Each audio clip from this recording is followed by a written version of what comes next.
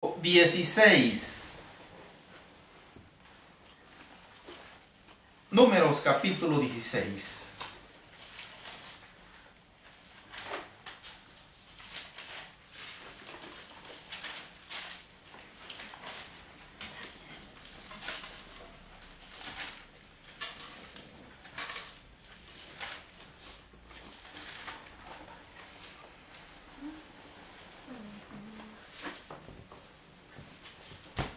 Versículo 31 y 32. Amén.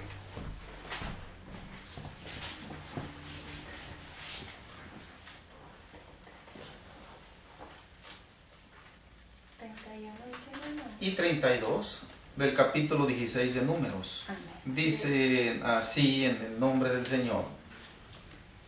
Y aconteció que cuando cesó él de hablar todas estas palabras, se abrió la tierra que estaba debajo de ellos. Abrió la tierra su boca y los tragó a ellos, a sus casas, a todos los hombres de Coré y a todos sus bienes. Ahora pasemos a Deuteronomio capítulo 31. Quinto libro de la Biblia. Deuteronomio capítulo 31.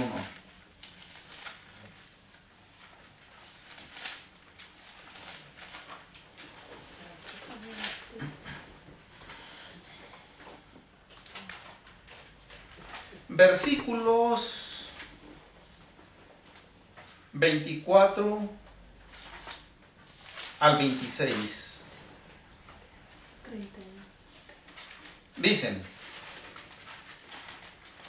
y cuando acabó Moisés de escribir las palabras de esta ley en un libro hasta concluirse, dio órdenes Moisés a los levitas que llevaban el arca del pacto de Jehová, diciendo: tomad este libro de la ley y ponedlo al lado del arca del pacto de Jehová vuestro Dios, y esté allí por testigo contra ti. Pasamos al capítulo que sigue, 32.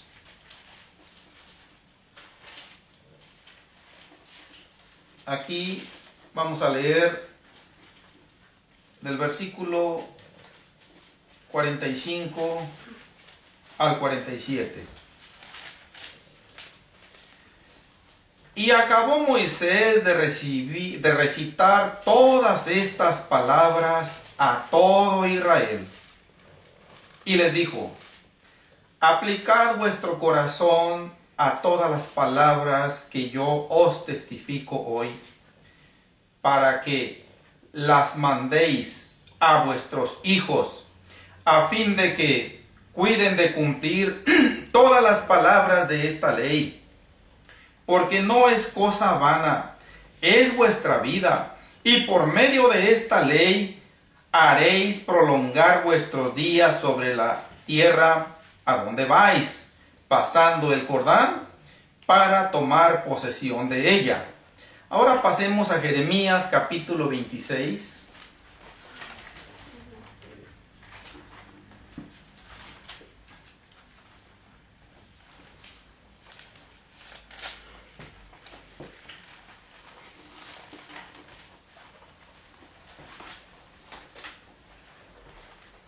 Jeremías 26.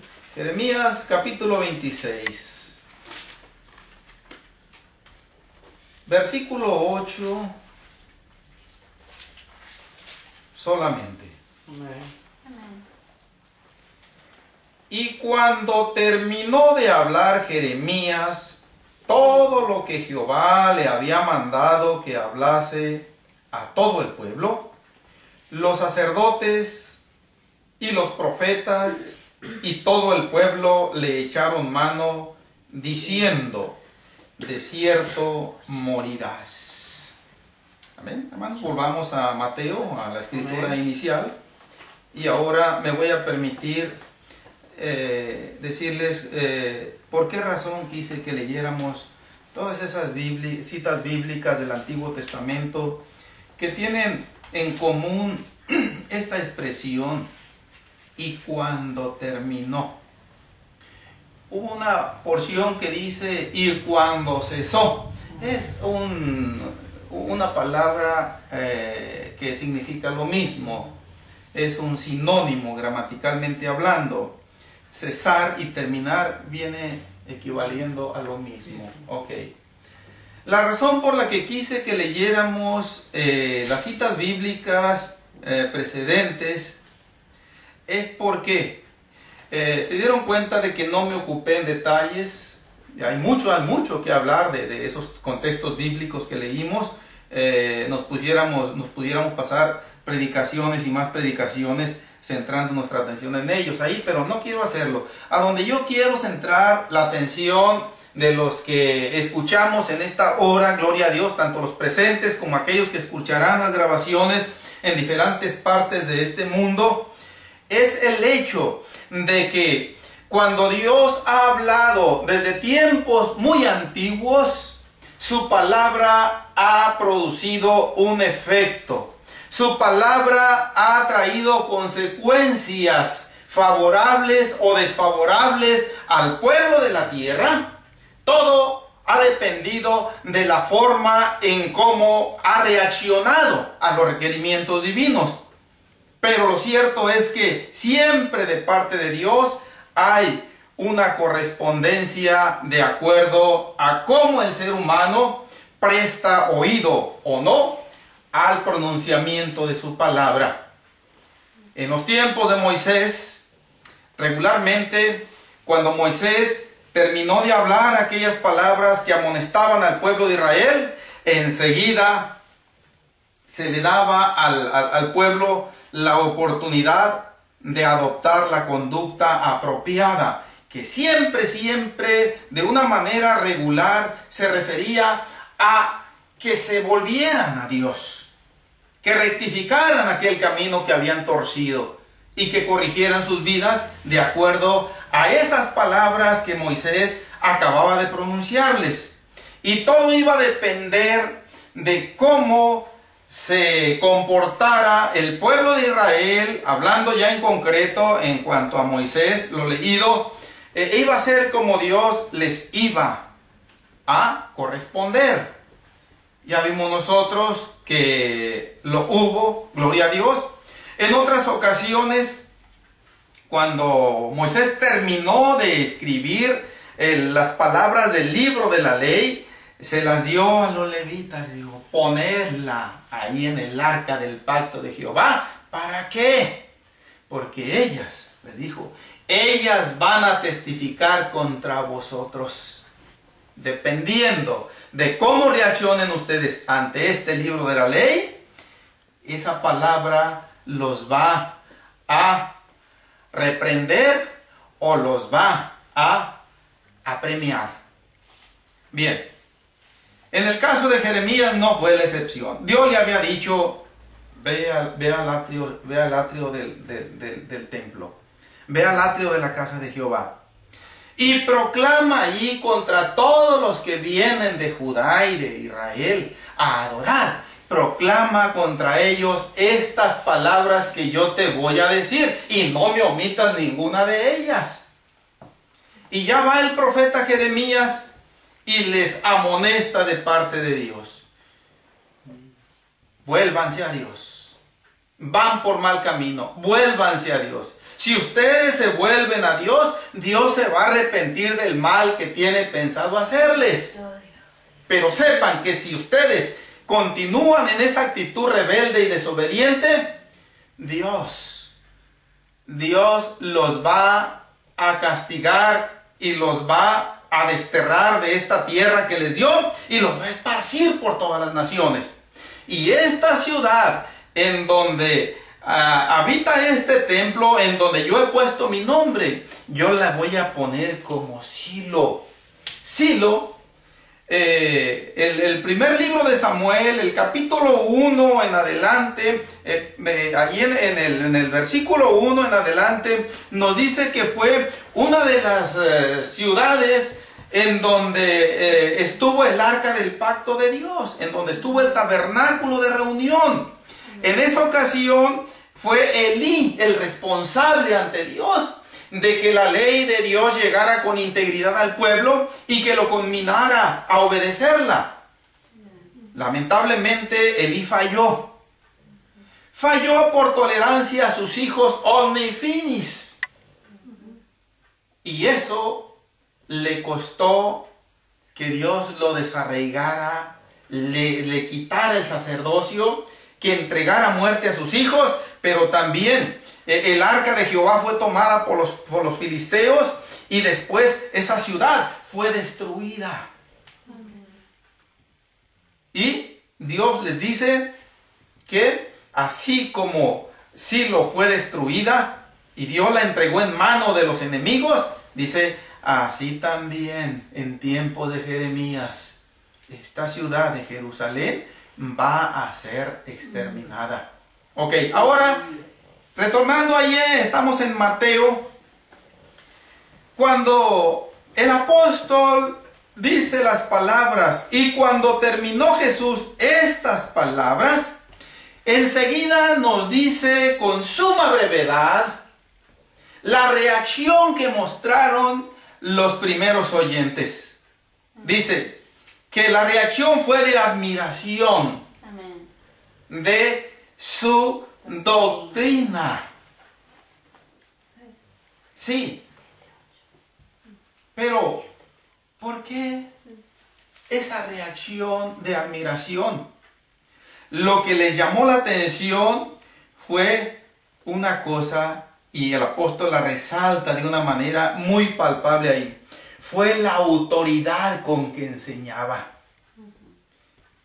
El Señor Jesús les enseñó de una forma que rompió el protocolo de aquellos líderes religiosos de aquel tiempo.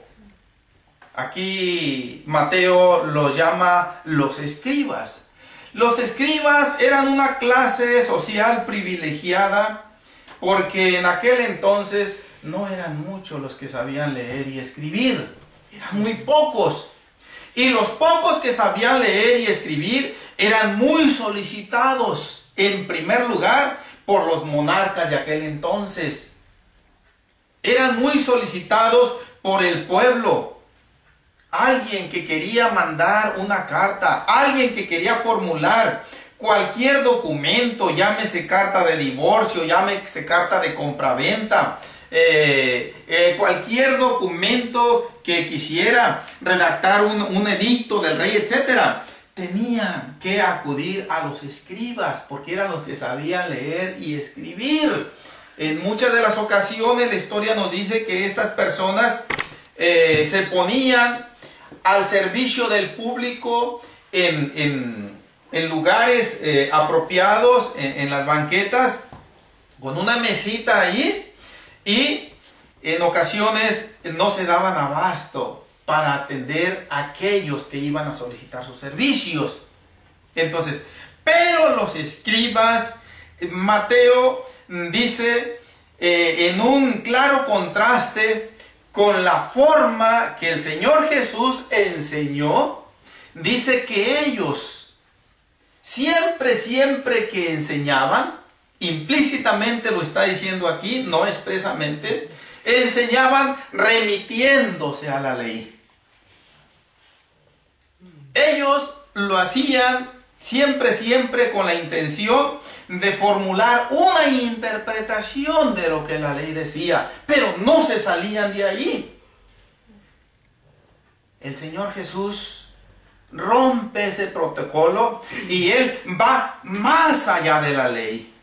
E inclusive Él contrasta en varias ocasiones lo que la ley dice con lo que ahora Él está enseñando. Habéis oído que fue dicho, etcétera, etcétera, pero yo os digo. ¿Ah? Entonces, esto causó admiración en los primeros oyentes. Aquí Mateo, de hecho, del versículo 24 en adelante, está abriendo una nueva sección en cuanto a la exposición del Evangelio. Y la exposición que está abriendo tiene su centro de atención en la autoridad ilimitada, infalible de el Señor Jesucristo. No nos olvidemos que el Señor terminó el sermón del monte que inició en el capítulo 5, versículo 1. Y lo terminó en el capítulo 7, versículo 27, en donde expuso la parábola de los 2 cimientos. Y ahora, haciendo esa enseñanza que pues causó un efecto muy palpable en los primeros oyentes, nosotros, como que Mateo nos está invitando también, mis hermanos, a involucrarnos en esa multitud que acababa de escuchar el Sermón del Monte. Nosotros también escuchamos el Sermón del Monte. Nosotros también sentimos el efecto de las palabras que escuchamos. Ahora a ellos la escucharon de una manera audible. Nosotros la hemos escuchado a través de la palabra delegada, pero hemos escuchado sus palabras también. Creo que nosotros también hemos sentido la admiración de su autoridad perfecta, de su autoridad, que es sobre toda otra autoridad, tanto en el cielo como en la tierra. Gloria a Dios. Y por lo tanto, como que nosotros podemos andar allí caminando entre esa multitud.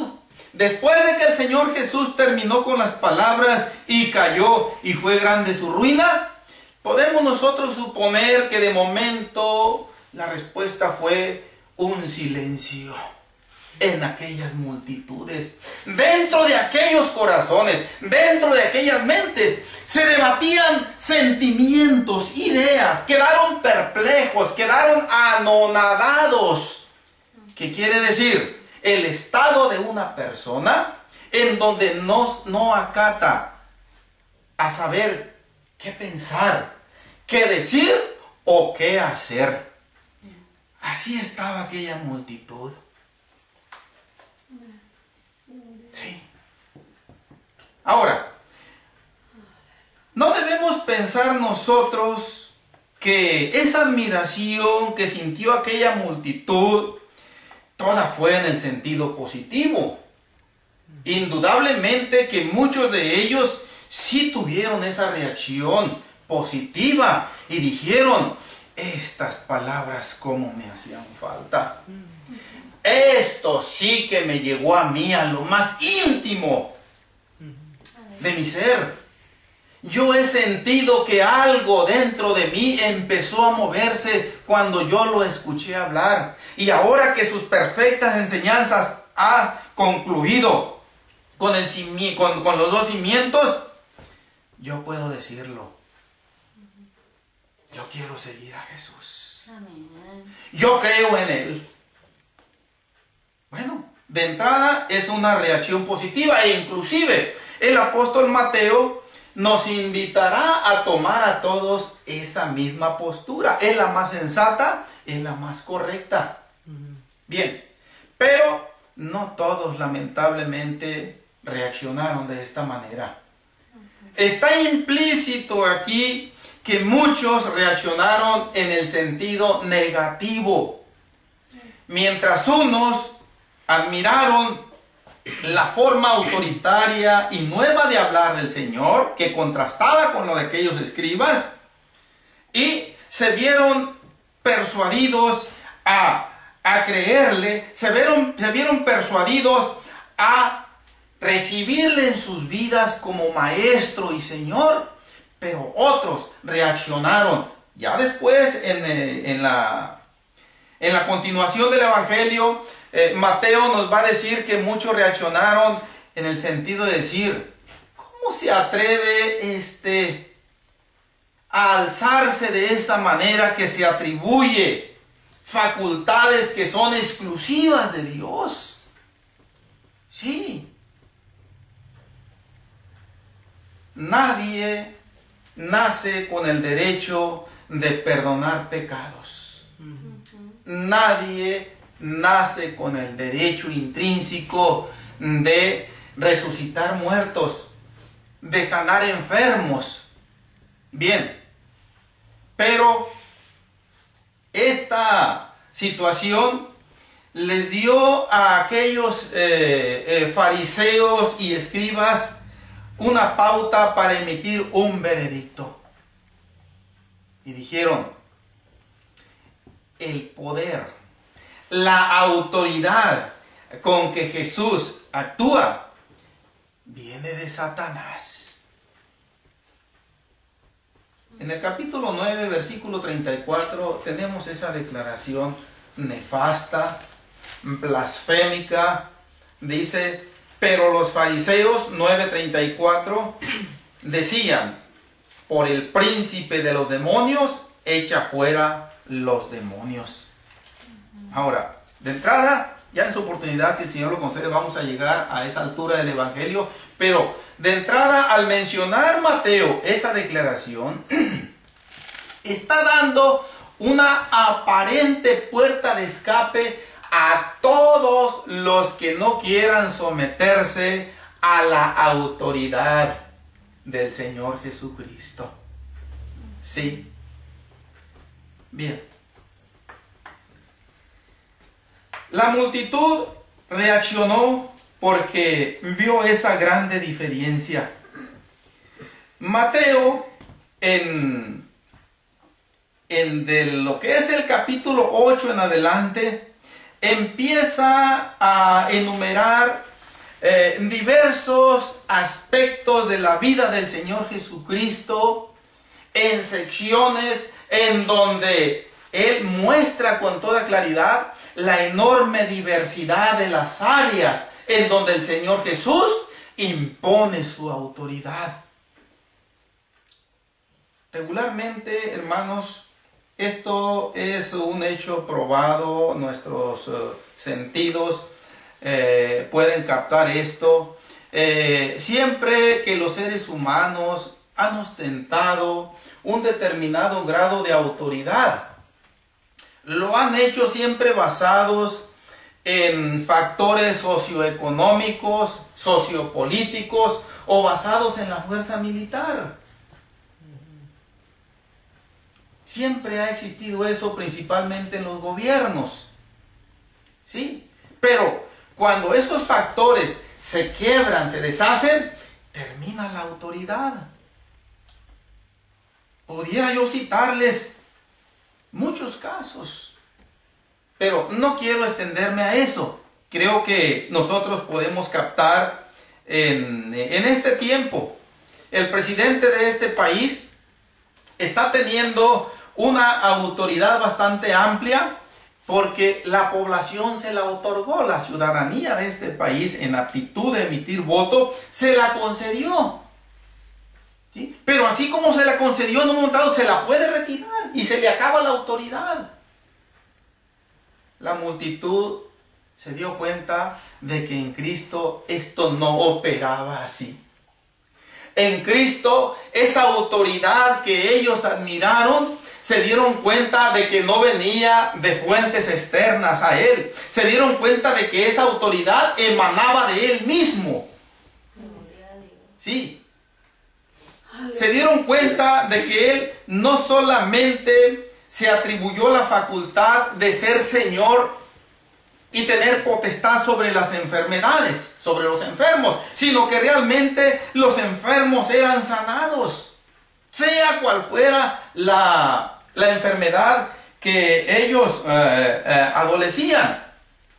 El Señor no solamente se alzó como Señor de los elementos naturales de la naturaleza, sino que realmente cuando reprendió a los vientos y a la mar, le obedecieron y se hizo grande bonanza. Amén. Gloria a Dios. El Señor no solamente se ostentó como señor del reino de las tinieblas con autoridad también, sino que realmente echaba fuera a los demonios de los poseídos. Sí, el Señor no solamente dijo que tenía autoridad sobre la muerte, sino que realmente resucitaba a los muertos y quedaron testimonios escritos en su santa palabra. Él podía conceder el perdón con esa autoridad que Él tiene, no que tuvo, que tiene eternamente.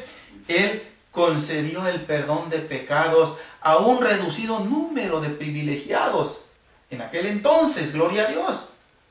Bien, ahora, esa autoridad del Señor Jesucristo demanda universalmente de sus criaturas, muy especialmente del ser humano, una obediencia y una sumisión incondicionales.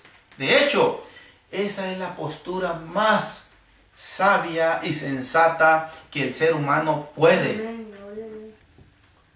optar, puede tomar. Gloria a Dios. Gloria a Dios. Hermanos,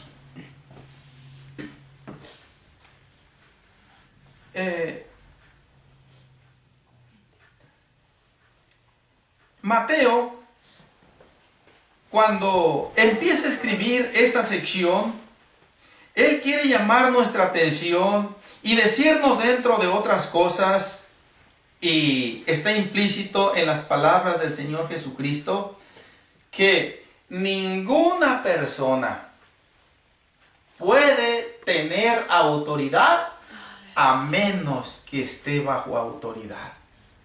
Hablando en el género humano. Para poder tener autoridad, tiene que tener una autoridad más alta. Esto siempre va a regir. Más adelante, Mateo nos relatará la experiencia del centurión romano, que empieza ahí en el versículo 5 del capítulo 8.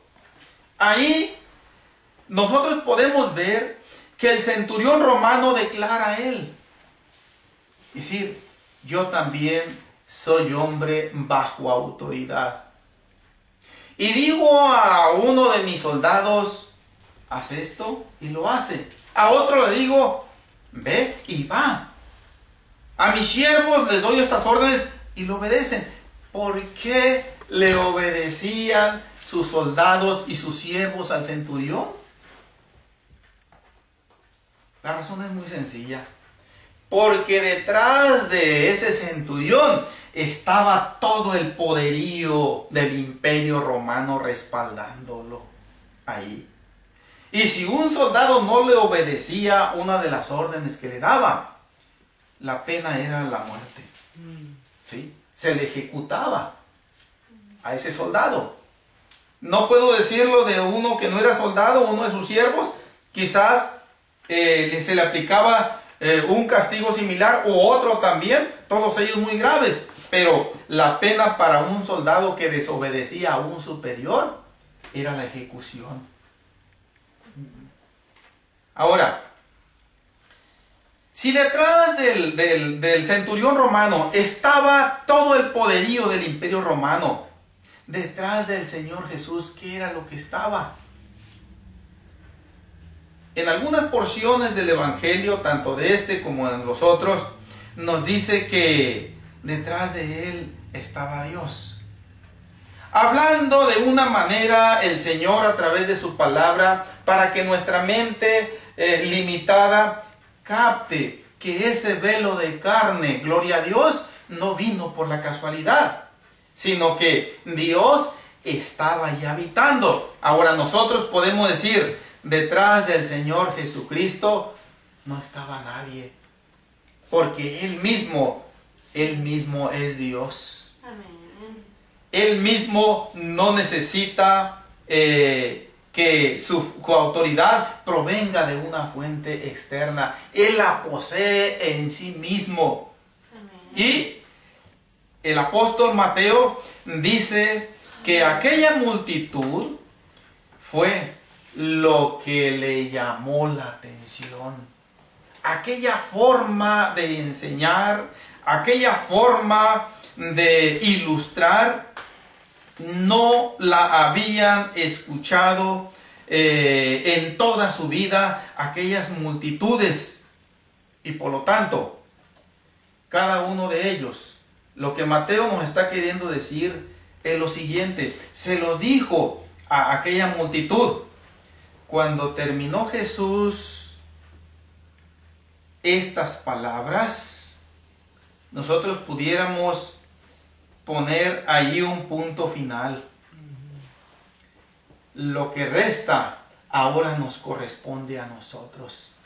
El Señor ya nos ha dicho con toda autoridad y se ha pronunciado tajantemente sobre cuál debe ser la conducta del ser humano en esta vida. Sí. Ahora, esa autoridad el Señor la demostró mediante sus enseñanzas, o sea, con sus palabras, por lo pronto con sus palabras. El Señor Jesús determina quiénes van a entrar al reino de los cielos y quiénes no van a entrar. Allí lo dijo en este mismo capítulo 7, versículo 21 al versículo 23. Allí Él pone las bases, las condiciones para determinar. Ahora, todas esas cosas que el Señor Jesús enseñó y que causó admiración en aquella multitud, regularmente no son susceptibles de ser demostradas mediante elementos visibles, palpables, procedentes del ser humano. No. Pero lo que Mateo nos va a invitar enseguida, después de que se inicie el capítulo 8, es que esas enseñanzas indemostrables desde el punto de vista humano, el Señor pudo demostrarlas en las áreas de la vida práctica. E inicia y se arranca ahí en el capítulo 8 para empezar con la sanidad de un leproso. No vamos a entrar ahí, mis hermanos, esto lo vamos a reservar para otra predicación. Pero lo que nos está diciendo Mateo, ya con palabras claras, es lo siguiente: hasta aquí, salvo algunas excepciones muy generalizadas, como por ejemplo, en el monte de la tentación, cuando fue tentado por el diablo, el Señor Jesús ejerció su autoridad activamente, no solamente de palabras, aunque usó palabras. Cuando llegaron aquellos enviados de Juan el Bautista y le dijeron: Juan nos manda que te preguntemos, ¿eres tú el que había de venir o esperaremos a otros? Y el Señor le contesta: vayan y díganle a Juan lo que veis y lo que oís. ¿Sí? Los cojos andan, los ciegos ven, los paralíticos son sanados, los muertos resucitan, y a los pobres les es anunciado el Evangelio. Ahí Mateo relata de una manera generalizada, sin profundizar, la autoridad de Jesús en acción. Pero aquí de una manera formal, Mateo les dijo a aquella multitud implícitamente: hasta aquí el Señor Jesús ha demostrado su autoridad mediante sus enseñanzas, mediante su doctrina. Sí, y esas palabras que Él ha estado pronunciando han causado un efecto trascendental en la vida de cada uno de ustedes, ya sea para bien o para mal, pero han provocado una reacción, y cada uno de ustedes puede testificar de sí mismo. Pero de aquí en adelante el Señor Jesús va a demostrar su autoridad ya no con palabras, ahora las va a demostrar con hechos. Sí. ¿Por qué? Bueno, voy a decir algo de lo que ya mencioné. Y voy a hacer un pequeño adelanto. Cuando Mateo, vamos a decirlo, abre el capítulo 8, ¿no? Aunque cuando se escribió el Evangelio no había esta división de capítulos y versículos. Pero vamos a decir, cuando Mateo abre el capítulo 8 del Evangelio y dice: cuando descendió Jesús del monte, le seguía mucha gente. Esto tiene un sentido muy importante, esto que le seguía mucha gente, ¿ok? Pero en esta gente que le seguía, acordémonos que allá en el capítulo 5 del Evangelio, versículo 1, dice que Jesús subió al monte y empieza con el sermón del monte. El capítulo 8 inicia diciendo: ahora el Señor desciende del monte. Y cuando desciende, viene una grande multitud acompañándole. Pero dentro de esa multitud que le viene acompañando, podemos decirlo sin temor a equivocarnos, muchos venían albergando dudas sobre su autoridad. Muchos, y tal vez esas dudas eran sinceras, pero Mateo les está diciendo: con lo que ustedes van a ver enseguida, nadie va a tener justificación de albergar dudas o mostrarse en una actitud incrédula ante la autoridad infalible que el Señor Jesús va a evidenciar con esos hechos poderosos. De manera que aquí se abre otra sección. Ahora es el mundo práctico o la etapa práctica que el Señor Jesús también la vivió. Ya expuso su enseñanza en la vía teórica, con palabras. Ahora Mateo va a decir: ahora esa autoridad se va a ver en acción ante la vista de todos. Y con esos signos de autoridad infalible, nadie va a tener ninguna justificación de mostrarse en contra de él. Todo aquel que opte por aquella vía de escape de los fariseos se va a levantar en abierta rebeldía, en abierta oposición a la autoridad del Señor Jesucristo. O dicho con otras palabras todavía más contundentes, se va a rebelar en contra de la misma autoridad de Dios. Y eso es fatal. Eso es fatal para cualquiera de sus criaturas. Lo fue en el cielo para muchos ángeles, y en la tierra lo ha sido para muchos seres humanos, y lo sigue siendo.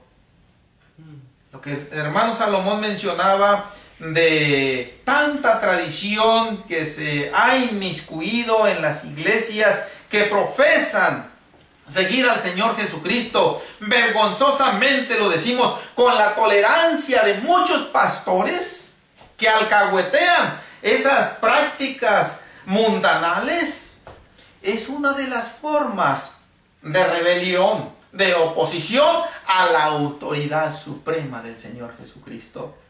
Aún sin embargo, creo que el Señor puede tener misericordia, como les dijo al pueblo en los tiempos de Jeremías, que leímos ese pasaje del capítulo 26, versículo 8. Si ustedes se vuelven a Dios, Dios se va a arrepentir del mal que tiene pensado hacerles. Pero si ustedes no se vuelven a Dios y persisten en esa conducta rebelde, agárrense hasta con las uñas, porque Dios los va a destruir. Mis hermanos, vamos a terminar aquí la predicación, gloria a Dios. Vamos a continuarla, si el Señor lo concede, en el próximo culto, en donde vamos a entrar de manera formal ya en la autoridad del Señor Jesucristo en los hechos. Ya no mediante enseñanzas, ahora en los hechos. Él se ha ostentado como Señor y como Maestro. Ahora Él deja bien claro que esa identidad Él la demuestra. Amén. Para que nadie tenga excusa de incredulidad o de rebeldía, gloria a Dios. Y que el Señor nos ayude, mis hermanos, estemos siempre alertas contra todo viento de doctrina que se oponga a las sanas palabras del Señor Jesucristo, y Él nos va a ayudar a seguir adelante con tumbos y todo, pero el Señor ve el propósito que hay en el corazón de cada uno de sus seguidores, gloria a Dios. Muchos de aquellos tuvieron la resolución de ser sus discípulos cuando escucharon aquellas palabras, pero muchos otros no. De cualquier manera, de aquella multitud, en el desenvolvimiento de la vida del Señor, en el ministerio terrenal que Él vino a cumplir, se fueron apartando, se fueron apartando, se fueron apartando. Muchos se le acercaron y le dijeron: Señor, yo te voy a seguir a donde quiera que vayas. ¿Sí? Bueno, pues la intención es de lo mejor que puede haber, pero es mi deber advertirte que es costoso, que no es fácil. No te quiero decir que te desanimes, simple y sencillamente que estés consciente a dónde le vas a entrar. El camino hacia la gloria conduce inevitablemente pasar por la cruz. De alguna o de otra manera, todo creyente vamos a pasar por ahí. Es una de las formas como nos vamos a identificar con nuestro Salvador, y que Él nos ayude, mis hermanos. Vamos a orar, terminamos así la predicación, y que estas palabras nos ayuden para tener una reacción positiva siempre ante la autoridad de nuestro Maestro y de nuestro Señor. Bendito Salvador,